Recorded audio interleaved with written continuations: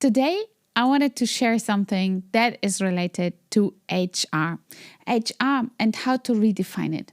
Imagine, I wanted to paint a picture here. Imagine this, 800 employees, a full booked hotel, everything is running perfectly. And then suddenly, no guests, no warning, no preparation, no revenue. And still you have the responsibility of 800 people who are depending on your leadership. And honestly, this is exactly the moment where leadership reveals itself, because crisis is not only testing financial structures, they're testing mindset, testing strategies, and above all, they test how companies treat people under pressure. And today, I wanted to talk about something I strongly believe in. Layoffs are often no strategy. They are usually a reaction to circumstances. And the companies that survive crisis long term are rarely the ones that cut the fastest. They are the ones that adapt the smartest. And what happened the most with most companies during uncertainty is panic. And panic usually creates three reactions. First, there's a headcount. Cut off it. Secondly, freeze hiring completely. Third, make fear-based decisions instead of strategic decisions. But here is the problem. The moment companies remove experienced talents too quickly, they don't only reduce salary costs, they also remove institutional knowledge, customer relation, operational substance, and stability. And then the team trust. And many companies underestimate how expensive rebuilding trust and talent actually becomes afterwards, because replacing strong people is far more expensive than retaining them. Especially the companies that scaled through crisis understood one thing. You do not scale a company by cutting the people. First, you are scaling by redesigning how people are creating your value. One of the core ideas of this video is very simple. Layoffs are no strategies. They are often proof that strategic preparation stopped before the crisis even started. Strong organizations do something differently. Instead of immediately reducing people, they are redesigning structures. They are asking which role still creates impact, which task no longer creates value, which employee have hidden potentials, and which team can be repositioned closer to revenue. Because resilient organizations understood the problem is often not the people, the problem is outdated structure. And in many industries, especially hospitality, healthcare, retail and service industries, there is still enormous hidden revenue potential inside existing teams. Most companies simply never activate it. And one of the most dangerous things for companies today is over-specialization. Because if your people can only do one only thing, your company becomes very fragile. This is something that companies like Toyota understood decades ago. Toyota built a multitasking skilled team. Employees were trained to shift responsibilities quickly, to adapt, to reorganize intentionally, to support different operational areas when the demand has changed. And this is critical in uncertain times, because adaptability is becoming more valuable than rigid specialization. The future belongs to those companies that create flexibility, multi-talented teams. No team that collapses the moment the department slows down. This requires a completely different HR mindset. Instead of asking, who can we remove? The better question becomes, who else can this person become? Let's talk about one of the most underestimated areas in many businesses: the front desk.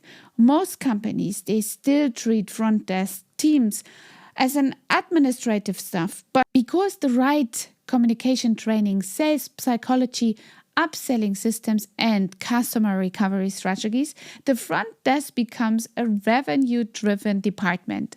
And this is one of the reasons why I created the money-making front desk concept, because the first interaction often determines customers' trust, retention, reviews, upselling, loyalty, and a long-term brand perception. One conversation can increase revenue or lose a customer forever, and especially during crisis phases, company cannot afford a weak communication anymore, because in difficult markets, customers' experience becomes a competitive advantage. Now, let's discuss something very important: cost flexibility. Most organizations think flexibility means eliminating people, but intelligent companies redesign compensation models, instead performance-based compensations, temporary restructuring, leadership salary reduction, variable incentive systems, and this extremely important psychology aspect is building the trust. If the leadership sacrifice first, trust increases within the teams and employees feel we are in this together. And trust during a crisis is one of the most valuable currencies and the company can have. They can have this together. This is such an important aspect. Companies like Salesforce, for example, and Oracle already use compensation systems that align salaries and measurable outcomes. This transforms salaries from a fixed burden into a strategic investment. And suddenly the conversion changes. Not how we can cut costs, but how we can increase value creation. Another mistake companies make: looking externally before optimizing internally. Many organizations already have hidden talents inside the company, but nobody sees it because employees are trapped inside narrow job descriptions. Smart companies like Amazon continuously relocate talent internally. They move employees closer to revenue, into new projects, across departments, into temporary high-impact roles, and suddenly people who were previously underutilized becomes highly valuable. The solution is often already inside the company. Leadership simply needs to activate it. And this requires courage, because redesigning structures is harder than cutting off the people, but it creates a long-term resilience. Now let's go on a level deeper, because there are advanced retention strategies most companies will completely ignore. Talent swapping, internally gig markets, revenue rotation, defended compensation, boomerang strategies, for example. These are all modern HR strategies, because the smartest companies do not reduce the talent. They redesign how talent creates the value. And this mindset shift changes everything. Now let's discuss what people actually need during uncertain times. Not motivational slogans, not corporative phrases, but people need simply three things: clarity, direction, and security. They want honest communication. They want to understand what is happening, why are decisions being made, and is the leadership thinking strategically?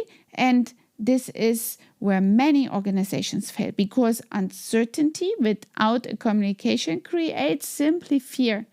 And fear destroys performance, trust, and faster than any crisis itself.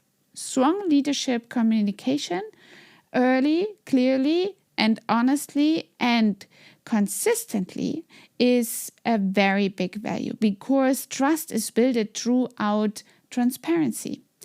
I wanted to leave this video with one final note and one final thought. You do not scale companies. if you cut people. You scale the people who are building it. And I believe that future belongs to the organizations that finally understand that exactly point. The companies that survive uncertainty will not necessarily be the biggest.